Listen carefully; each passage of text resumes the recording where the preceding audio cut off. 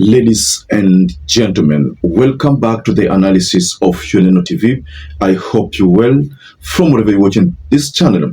The truth of the matter is that the statement that Raila Odinga delivered has split the opposition and has also split the broad-based government. Of course, there are reactions that are coming from people like Samson Cherargei, reactions that came from Sifuna, and a couple of other leaders. I understand even the governor of Homa Bay County was not happy by the statement that Raila Odinga delivered. But let's not talk about those people. I want us to shift our focus to Teto Member of Parliament, Geoffrey Wandeto. Baba is putting everyone on a guessing game. And Geoffrey Wandeto has a different opinion to what Raila Odinga said. And I'd like us to go through the breakdown of this statement. And he said, first of all, it puts to a sudden halt the Kumi Bila breaks push by his legislators. I know. I see he could be raising the stakes for a better deal. I won't be surprised if he forces the president to see even more between now and 2027 by simply appearing to pull back. So that is a summary of what Wandeto told us. Now, Wandeto is opining that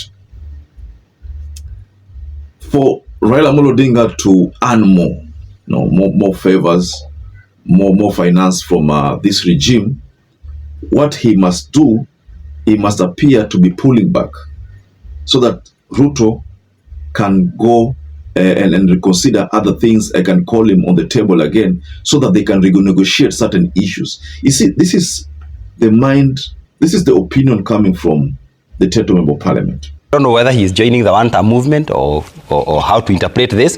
But the other thing I foresee is that he could also just be raising the stakes, for a better deal making for 2027. And I'll not be surprised that maybe he'll force the president to cede even more. Between now and 2027, he may force the president to cede more by just appearing to pull back. I'm sure his legislators will be here saying there is no deal in 2027, just like they started yesterday. And they'll say there is no deal, we are leaving government, we have a candidate, we have a what. This whole thing you saw started with Sifuna. Baba is saying this, Sifuna is saying this. Like Wakili said here, the ODM MPs would bash all of them, bash Sifuna and Babu Owino and the rest. Then yesterday he sort of like just calms down the storm, and says, look here, we have not even decided. We were just basically, offering some support services, but now we are planning ourselves. So it's a guessing game. But from where I sit, I doubt he'll be on the ballot. I think he'll just be probably a very big stakeholder in the next general election, and maybe not just in the next general election, even before. I want us to break this statement from Wandeto, how he has put it. Wandeto has just paraphrased what Raila Odinga said during that meeting of ODM PG. Now, in that meeting, those words were what Raila Odinga used. So before we break down this statement from Wandeto, ladies and gentlemen, allow me to appreciate you for the support you've been giving this channel. If you wish to support us, just like this video and subscribe to our channel. Thank you so much for that support. Baba is putting everyone on a guessing game. That is correct. It is a continuation of his style of politics that we are seeing for a long time. Again, correct. Yesterday, he said he was just an emergency doctor. Let's look at that part of Raila being an emergency doctor. And I agree with that part.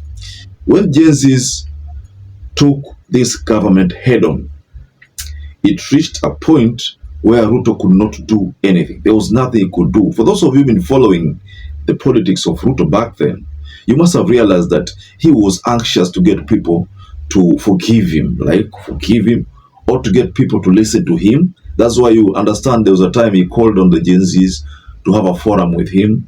They refused. Then he asked which forum can he use. Then someone suggested an X platform. So that X platform, that's when he had to engage some people. We're not really sure whether he engaged the Gen Zs, but he engaged people on the X.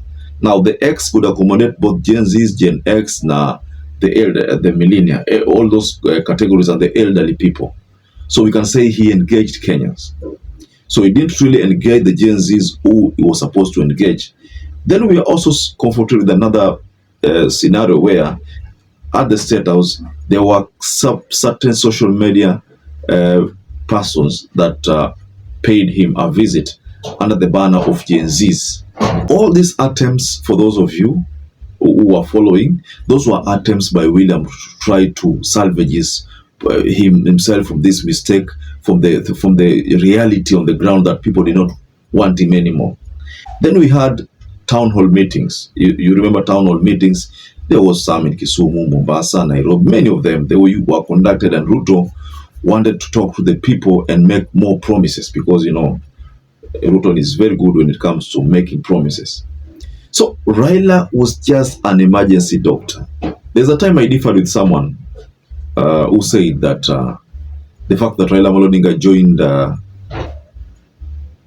Ruto for the broad-based formation, there was no way the Gen Zs would demonstrate. I differed with that person because I said I don't think joining of Raila Odinga, the unity between Raila Odinga, could stop any demonstration. That's why we saw demonstration was still going on this year. But this year's demonstrations were not like the last year's demonstration. The last year's demonstrations were a do or die kind of demonstration. So back to this statement from Wandeto again. So Raila, an emergency doctor. I think that one we all must agree with that. The issue was patient Kenya. Kenya had a problem, yes, but the bottom line here, and agree with again Wandeto, is the fact that Raila was trying to raise stakes. He was raising his stakes. All these things about him being an emergency doctor, meaning he's not going to go beyond 2027 with William Samoei Ruto. You know, patient Kenya, again talking about Kenya being stable, peace equal. So because that peace equal, Raila says that haoni kama akona umuhimu. I think this is a message that Raila is trying to send to William Ruto, because most likely there's a great possibility that Ruto now, because things have stabilized, he doesn't see the need of having Raila Odinga on board. Maybe that is explained in that statement. There's something Raila is not saying, which if you are very keen listening to his speech, then you must have understood that, or you must have realized that this message was being directed at William Samoei Ruto and not necessarily Kenyans. To push the Kumi Bila breaks. So I don't know whether he is joining the one-term movement or how to interpret this. But the other thing I foresee is that he could also just be raising the stakes. You know about the Kumi Bila break, na the one-term formation. Kumi Bila break, na one-term. These formations that exist. These are reality. That is, in fact, the next campaign, when officially people will be campaigning, it will be the two-term Bila break and the one-term. Those are going to be the slogans that are going to carry the day when at long last there is campaign, and IBC has already announced that people can start officially campaigning. So ladies and gentlemen, based on your own understanding, what do you think about Wandeto's statement? I think Wandeto has made a very, very clear point there, and I agree with Geoffrey Wandeto when he opined that ODM party leader may not vie for the presidency in the 2027 general election, but to remain an influential figure in shaping Kenya's political future. Yes, Ruto knows that it's Rigathi Gachagua and Raila Odinga who are going to, play a critical role in the campaigns of the next general election. So he chose Raila's side because he knew very well that Rigathi wasn't going to side with him. So perhaps if you're watching this video and you've not subscribed, take 1 second and subscribe, like this video. Until you catch up again, stay safe and stay blessed. Thank you once again for choosing YOLENO TV as your favorite political channel.